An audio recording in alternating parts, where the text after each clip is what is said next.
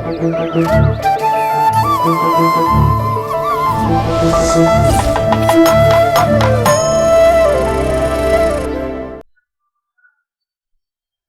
சில தினங்களில் திரைக்கு வரப்போகிற படம் தான் வாய்மை. வெட்டுக்குத்து, குத்துப்பாட்டு, கும்மிரு டாவி என்று தமிழ் சினிமா பேட்டன் இன்னும் முப்பாட்டம் காலத்திலே இருப்பதுதான் வேதனை.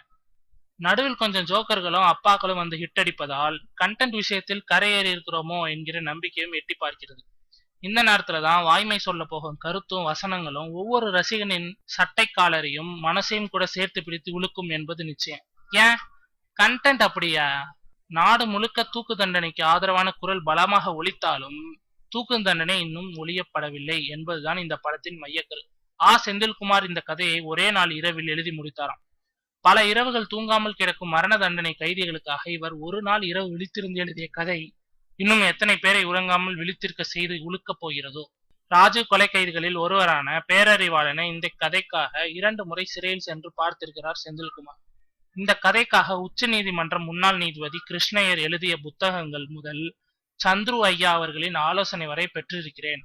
அரசியல் துளியும் இல்லாத ஆனால் பார்ப்பவர்களை அரசியல் பேச வைக்கும் படம் இது. நான் கையில் எடுத்திருப்பது மனித நேயத்தை மட்டும்தான். இது சட்டத்துக்கோ நீதிமன்றத்துக்கோ அரசியல் வர்க்கத்துக்கோ எதிரான படம் அல்ல என்கிறார் செந்தில்குமார். படத்தில் கவுண்டமணிக்கு முக்கிய வேடம். ஆனால் நீங்கள் வழக்கமாக பார்க்கும் கவுண்டமணி இதில் இருக்க மாட்டார் என்ற செந்தில்குமாரின் தில் தமிழகத்தை உழுக்கட்டும். அதுக்கப்புறமாவது ஒரு முடிவு வருகிறதா பார்ப்போம்.